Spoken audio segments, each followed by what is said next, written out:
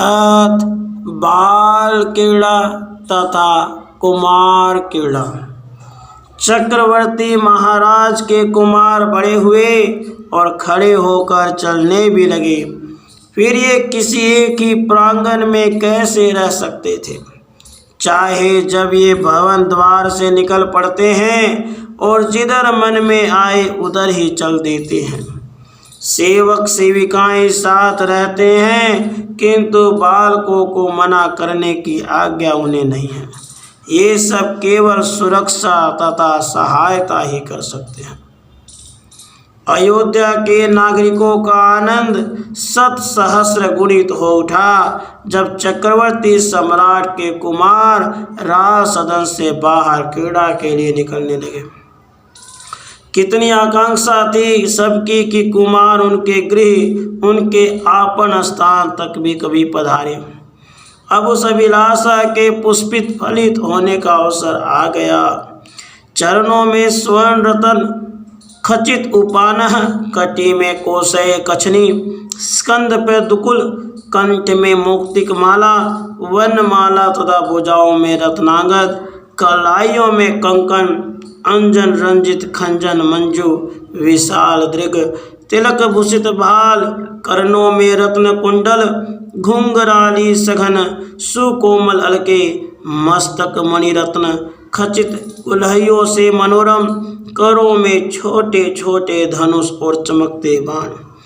अब ये परम सुकुमार इस योग्य कहाँ है कि कटी पर तुनिर धारण कर सके? अभी तो सेवक इनके साथ निसंग लिए चलते हैं जब ये सरयू पुलिन पर लक्ष्य वेद की क्रीड़ा करना चाहते हैं। प्राय एक ही रथ में चारों कुमार निकलते हैं। सेवक तथा मंत्री पुत्र साथ होते हैं। राज सदन से बाहर आते ही अनेक रथ साथ हो जाते हैं। नगर के सभी बालक तो इनके साथ ही रहना चाहते हैं। चक्रवर्ती महाराज के सेवक तथा मंत्री साथ चलते हैं। राजकुमार जिस वस्तु को लेना चाहे उसका पूरा निष्क्रय दिया जाए, यह आज्ञा है, किंतु वणिक कहाँ इसे स्वीकार करते हैं। उनका एक ईश्वर है। हमारे पिता पितामह की परंपरा से प्राप्त संपत्ति सम्राट का प्रसाद है। हमारे ऐसे भाग्य कहाँ कि हम महाराजाधिराज के कुमारों की अल्प सेवा भी कर सके। कोई शुद्ध उपहार तक भी राजकुमार स्वयं पधारने पर स्वीकार न करे, ऐसा अपराध तो हमारा नहीं माना जाना चाहिए।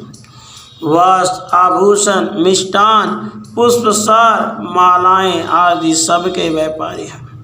राजकुमार जब चाहे जिसकी प्रार्थना पुरुष के यहाँ जा खड़े होते हैं और बालक अब चाहे जितना भी अस्वीकार करें वह अपना श्रेष्ठतम उपहार राज सदन भेजेगा ही।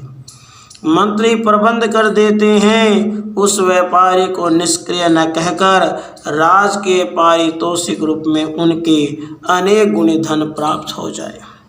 इस प्रकार श्री राम का समय अपने अनुजों के साथ आमोद प्रमोद और बाल क्रीड़ा में व्यतीत होने लगा। जैसे जैसे वे बड़े होने लगे अपने पूज्य पिता दशरथ के राजकाज तथा अन्य कार्यों में सबता रुचि लेते और अपनी तीक्ष्ण बुद्धि से सत परामर्श भी देने का प्रयास करते। कुमार की इन विशेषताओं को देखकर राजा दशरथ का हृदय अत्यंत आह्लादित हो जाता। राधे कृष्ण राधे कृष्ण।